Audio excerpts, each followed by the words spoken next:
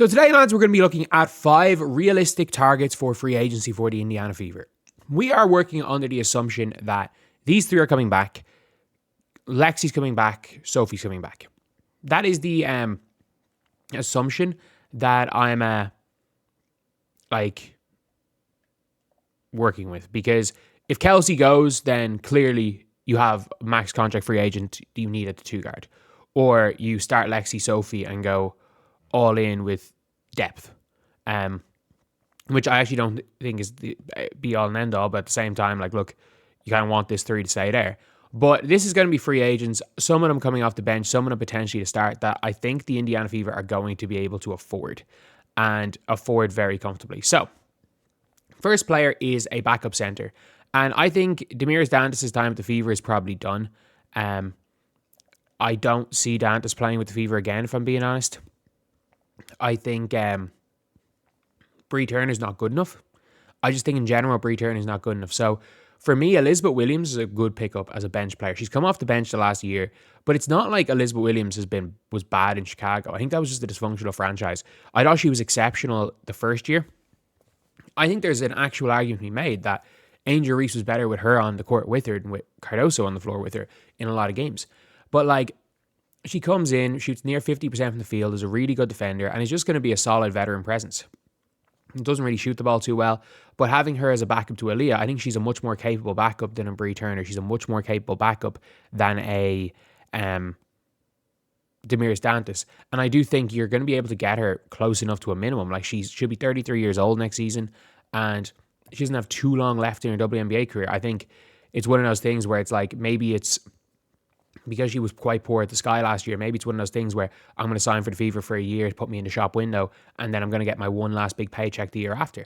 I don't think she's going to get her last big paycheck, if I'm being honest, as a basketball player, as a contributing player this year. I think gone are the days of people paying Mercedes Russell max contracts, but I think she'd be a really, really good backup. And look, as far as the backup centers go, you're not getting that much better than Elizabeth Williams in the WNBA.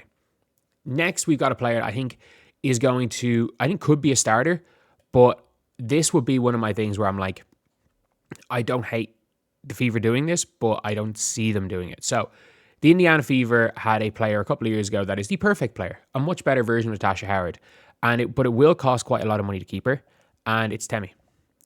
I still think Temi is the perfect power forward to play beside Caitlin Clark and Aaliyah Boston. We saw it. The lineup of Caitlin Clark, Lexi Hull, Temi, Aaliyah, and Kelsey Mitchell was the best 5 in basketball 2 years ago, and Temi had a much better season.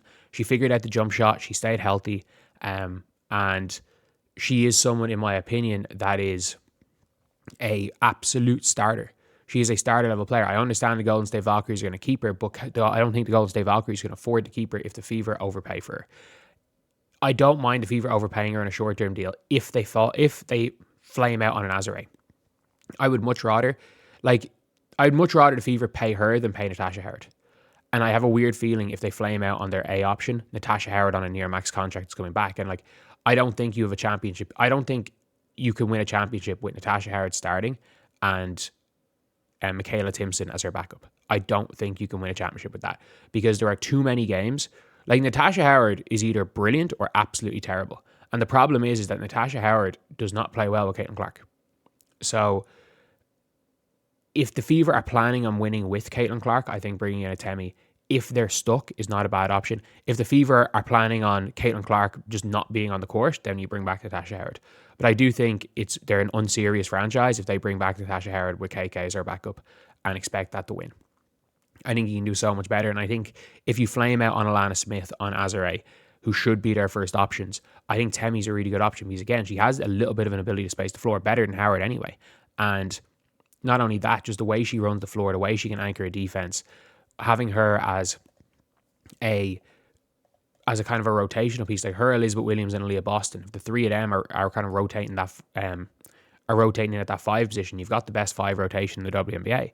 And then you've got one, either of them can slide in. Aaliyah can slide in a bit the 4 if she gets the 3 ball. Temi can slide in the 4, obviously. And then Sophie can slide up to the 4. So for me, that's your perfect rotation. Then you've got KK Timpson as a player.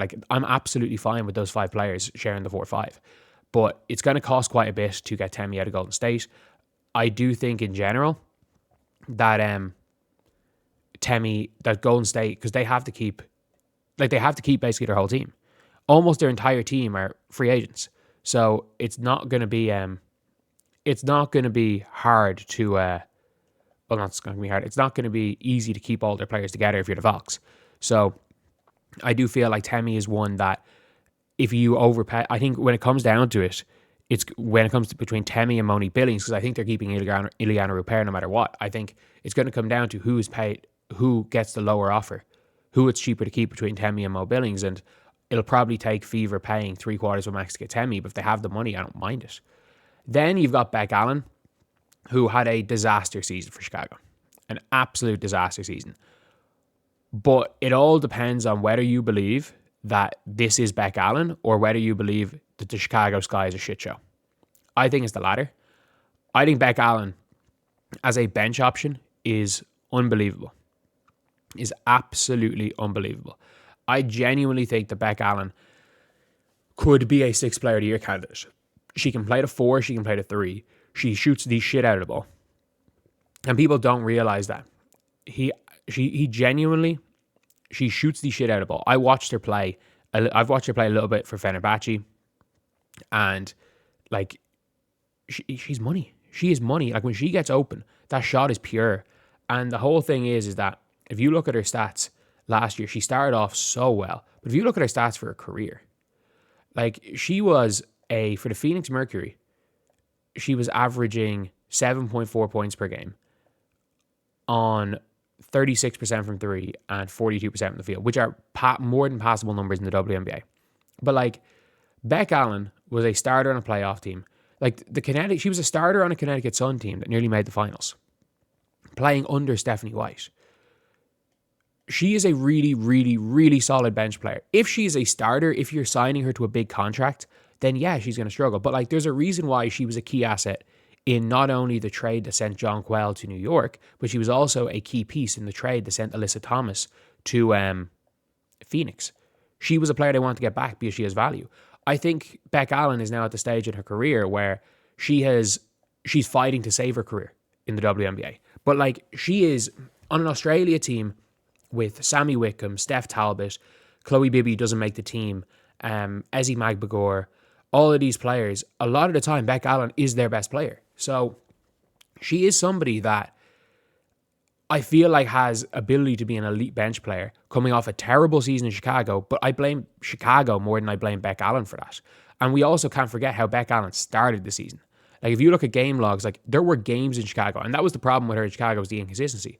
But if you look at games at the start of the year, she had 7 against the Fever, 11-11, didn't do much in this game, but 13-7-8. Like that's nearly 10 points a game starting the season. Then had a big lull and had 27 points in a win against Dallas in a win where all 27 of those points were pretty much needed.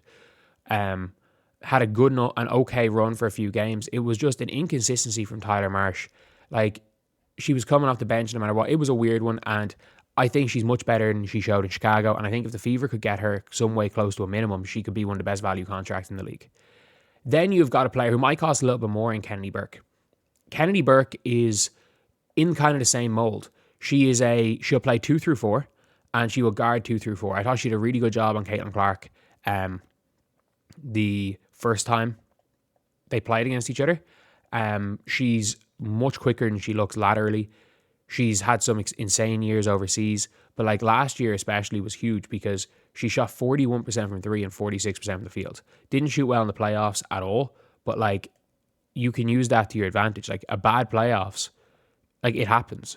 Players have bad playoffs. And the good thing is that a lot of times when players have bad playoffs, you're going to be able to get them for pennies on the dollar. And I do think that the Indiana Fever have the ability to get a Kennedy Burke at a complete discount rate because that's the kind of last memory. It's not going to be easy for the New York Liberty to afford to keep their team together. And Kennedy Burke might be one of those players they lose. The likes of Kennedy Burke, Izzy Harrison, they might have to pick and choose. If they want to keep Natasha Cloud, maybe they choose Izzy Harrison and say, you know what, we don't need Kennedy Burke. Kennedy Burke's not going to be cheap because I do think she brings a lot of value in that 3-and-D role, which is a weirdly weirdly uncommon archetype, and it's an archetype that you need. She's a better defender than Beck Allen. I'm not going to say she's a better shooter. She's a better wide open shooter than Beck Allen. She's a more consistent shooter, but she's not a flamethrower like Beck Allen. But I'd be perfectly happy having her backing up Sophie Cunningham, maybe coming in to start a couple of games with an injury, or backing up Lexi Hull. She can play any of those positions. She's a really good off the ball player, good defender. Like, I think a really solid pickup. And last up is Laeticia Amihere. I'm not entirely sure if she's an unrestricted free agent, but I would assume she is, since the Atlanta Dream got rid of her in a rookie deal. She just plays hard. She is a fucking dog. Like, she runs hard, she jumps, doesn't shoot the ball particularly well, but like, she causes havoc. Like Amihere. I've watched her play a few times for Girona. Like, when she comes into the game, she's just hard. Like, you can see it. She's like a much more polished version of Michaela Timpson. She's got length. She can guard. She can switch. She can hedge. She plays team basketball. She crashes the glass hard. I think she's an exceptionally good player. And if the Fever looked out in getting her as a bench player, she can play, realistically, she can play 3 through 5 on the bench. Just needs to work on that jump shot a little bit. It's as simple as that. Like, just needs to work on a jump shot. I don't know if the Valks are going to be that excited, that up for bringing her back. But at the same time, if you can get her on the cheap, I think she's, like, you're not getting that much better as a utility bench big wing, athletic big. I don't think there's that many of her, especially when you put Caitlin Clark beside her. Like, that is a key thing. So yeah, that is pretty much it. These are 5 kind of realistic targets that I think the Fever should go for. The player that I would love to see the Fever get most out of all these is probably, it would probably be Temi. I don't think we can afford to bring. If we get Temi, it means we've missed out on a big target because of money. But in terms of like good bench options on the cheap, I think bringing in a Kennedy Burke would be ideal. Don't know if that's possible, but even like an Amihere or Beck Allen would be a really, really good bench player. But anyway, yeah, that's the video. I'll see you guys.